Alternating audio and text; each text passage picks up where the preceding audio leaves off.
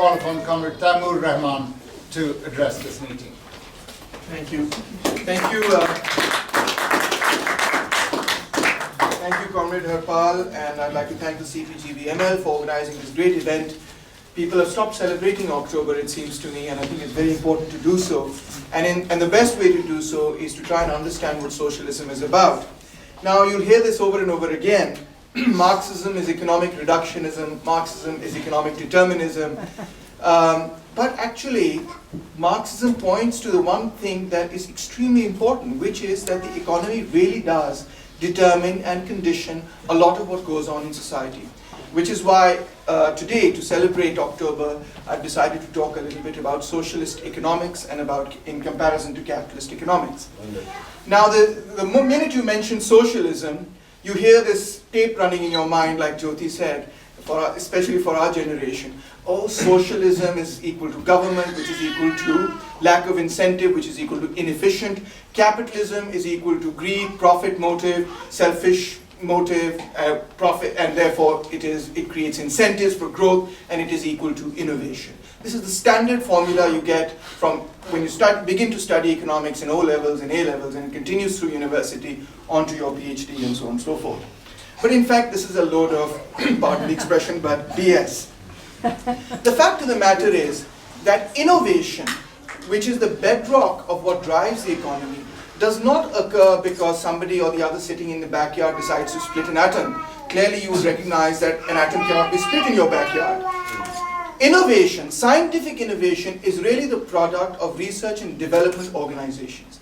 And the dominant research and development organizations in the world today, whether you look at the most advanced capitalist society, or you look at the Soviet Union, or anywhere else, you will discover that they are all funded by the government. None of them are under private control, whether you look at NASA or anything else. And the enormous spin-off of what we call the second scientific and technological revolution, the second industrial revolution, the creation of satellite technology, fiber optics, chips, etc., that are used in computers and so many other things that we use in consumer electronics and so on today. Those are all spin-offs of science technology that were created through NASA and through other government-sponsored research and development organizations. So this great worship at the altar of innovation is actually all occurring through government spending anyway.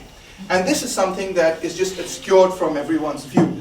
The thing about socialist and capitalist economics is that there's an interesting paradox. Everyone knows that the Soviet Union managed to defeat the largest army assembled in its day, which had the combined economic power of all of continental Europe behind it, that is the fascist armies of Germany and Italy and so many other countries. They defeated them all. One single country, one socialist economy with several republics within it.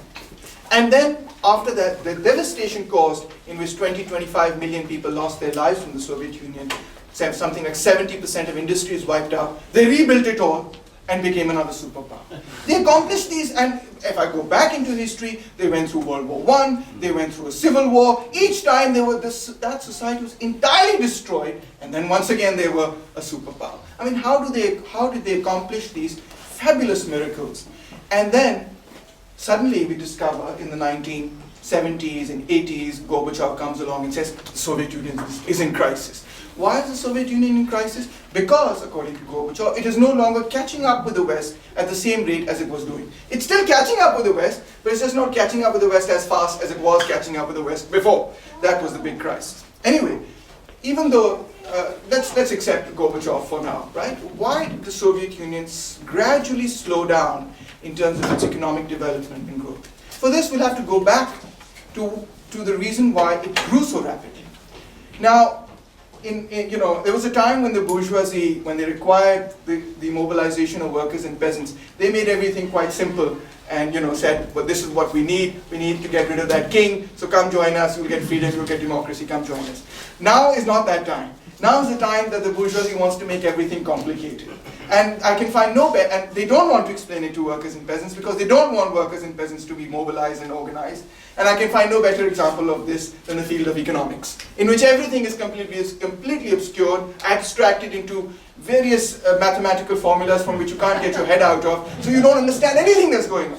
Actually, economics is really simple, and people just like making it very complicated. Even Marxist Capital is actually very easy to understand. The language is difficult. He writes in German. His sentences go on for 3 pages. That's what makes it hard. But the concepts themselves are actually not hard at all to understand. What drives growth? That's the central thing that I want to get at today. What drives growth, i.e. productivity, the capacity of society to produce more and more, is the fact that humanity creates, through social labor, all labor is social, through social labor, implements tools and machines that help humanity mobilize nature in a manner that is beneficial to humanity. That's economic growth in a nutshell. That's not very complicated, is it? It's just tools. It's just machines. The development of tools and machines is economic development. Now the thing about capitalism is that the very process that develops tools and machines and introduces them into the economy simultaneously displaces scores and scores, sometimes millions of workers from the economy, because machines take the place of workers. And unless new investment comes in, more and more workers will be displaced by machines.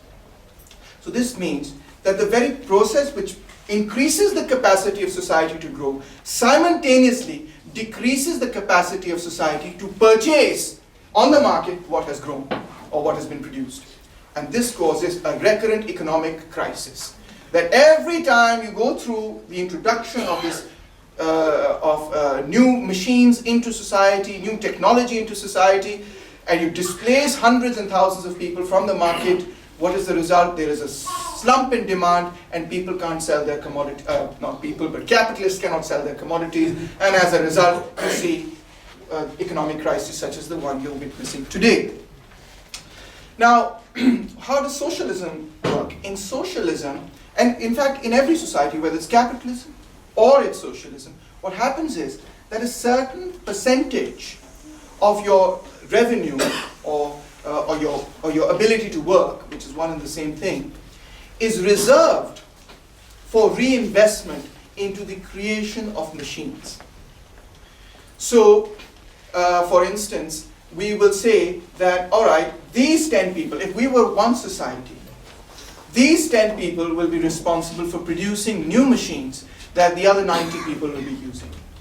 Now, in capitalism, the way that we determine, the way that the market determines whether it's going to be 10 people or 20 or 50 that are going to be producing these machines is through the market mechanism of profit.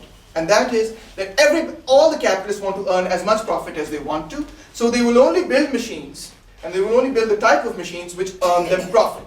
That's the bottom line. They will not build machines that will help people. They will build machines that will earn them profit. So it is what Marx called the normalization of the rate of profit, the equalization of the rate of profit. Adam Smith also talked about it, which determines where that savings and reinvestment is going to go. But in socialism, you don't have to do it through the market. You can do it through a central plan. We can all get together and we can decide, okay, what we want to do, friends, is that we want, in order to develop our society, what we want to do is to increase the number of enterprises that are producing machines that are going to boost the productivity of our society. This is what Stalin called, very briefly and simply, the production of the means of production.